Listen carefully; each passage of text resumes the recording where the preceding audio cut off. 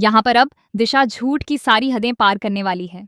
अब दोनों भाइयों के बीच होने वाली है बड़ी बहस।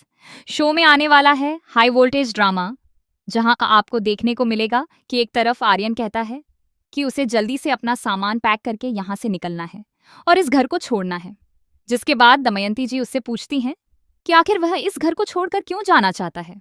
इस पर आर्यन कहता है कि वह अपने ससुराल जाएगा जहां दिशा रहेगी। यह सुनकर दमयंती जी कहती हैं कि शायद तुम रीति रिवाज भूल रहे हो। एक बार बेटी की विदाई हो जाए तो वह वापस नहीं आती। हम तुम्हें यहाँ से क्यों ले जाएंगे?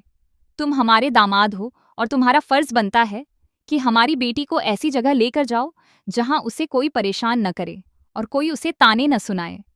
इसके बाद अभीरा कहती है कि दमयंती जी, आपकी बेटी को इतना अच्छा ससुराल मिला है कि उसे सभी लोगों की इज्जत करनी चाहिए, लेकिन न जाने क्यों आपको ऐसा लगता है कि हम उसे परेशान करते हैं।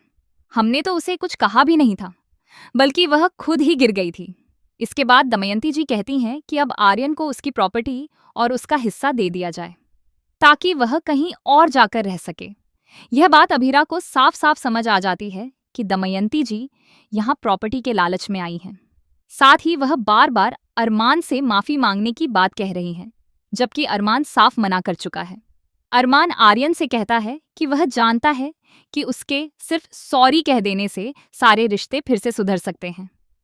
सभी लोगों को यह तसल्ली हो जाएगी कि अब सब कुछ ठीक हो गया है और आर्यन घर छोड़कर नहीं जाएगा।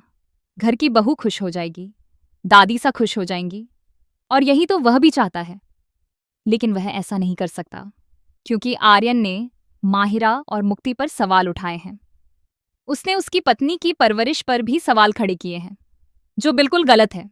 इसीलिए अब वह चाहकर भी सॉरी नहीं बोल सकता। ये रिश्ता क्या कहलाता है कि आने वाले एपिसोड में देखने को मिलेगा जबरदस्त ड्रामा और कई बड़े